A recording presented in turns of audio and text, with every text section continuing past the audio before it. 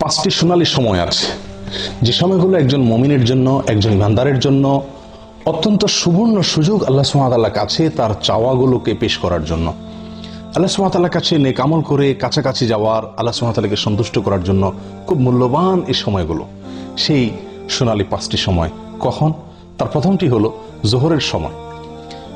মুসনাদে আহমদের এক হাদিসে বর্ণিত আছে, নবী সাল্লাল্লাহু আলাইহি ওয়াসাল্লাম জোহরের ফরজের আগে 4 রাকাত সুন্নাত সালাত নিয়মিত পড়তেন। কোন সাহাবী তাকে প্রশ্ন করলেন, ইয়া রাসূলুল্লাহ, আমরা আপনাকে দেখি সবসময় আপনি সালাতটি নিয়মিত আদায় করেন, এই 4 রাকাত সালাত কখনো ছাড়েন না, এর হেতু কি, রহস্য কি? নবী সাল্লাল্লাহু আলাইহি ওয়াসাল্লাম তখন বললেন তাদেরকে যে, দেখো, যখন সূর্য মধ্য আকাশ থেকে, ঠিক আকাশের সেন্টার পয়েন্ট থেকে পশ্চিম দিকে ঢলে পড়ে, অর্থাৎ জোহরের সময় শুরু হয়, তখন আল্লাহ সুবহানাহু ওয়া তাআলা আসমানের সমস্ত দুয়ারসমূহ খুলে দেন এবং সেগুলো আর তিনি বন্ধ করেন না জোহরের সালাত শেষ হওয়া পর্যন্ত।